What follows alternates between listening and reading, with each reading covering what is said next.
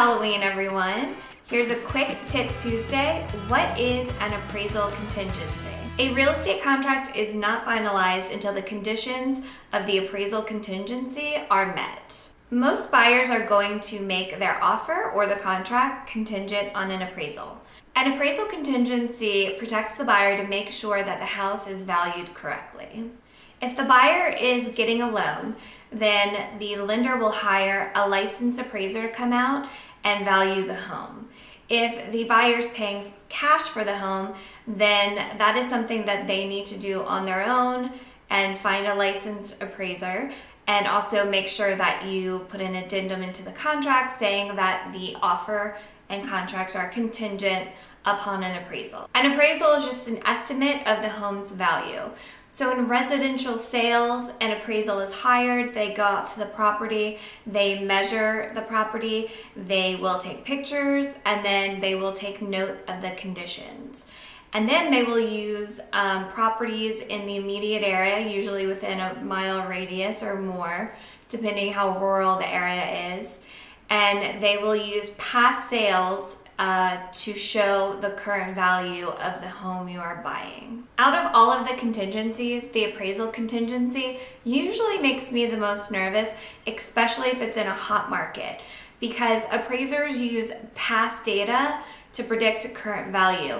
So in a market that's hot and prices are just skyrocketing and homes are flying off the market in 1 or 2 days, a lot of the times the past data is outdated and the home you're buying is currently higher than the appraiser will appraise it for. So if the appraiser comes in at value, meaning they make the appraisal value at contract price or the asking price, then we are all good.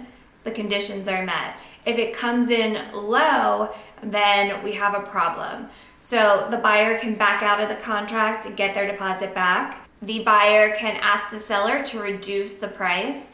So say the house was $500,000, but the appraisal came in at $480,000.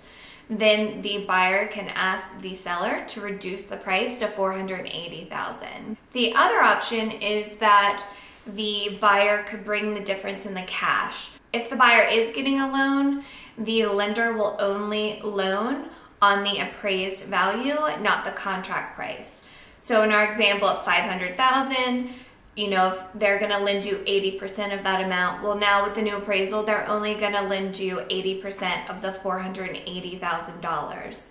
So as the buyer, you could bring that difference in cash to closing.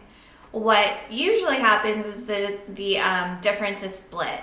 So the seller will reduce the price from $500,000 to $490,000, and then the buyer will bring the difference between the $480,000 and the $490,000 to closing in cash. So they get a better deal because the price is dropped by $10,000, but they will need more cash to cover that difference. So here in Pennsylvania, we do have an appraisal contingency. It's an addendum to the contract. If you are getting a VA or an FHA loan, then the appraisal amount has to be what the contract price is. So you are protected under those, but it is always a good idea, just to cover your bases, to also do a separate addendum for the appraisal contingency. Thanks a lot for watching, and be sure to come back next Tuesday for another real estate tip. Hi everyone, this is Laura Loft with another real estate tip.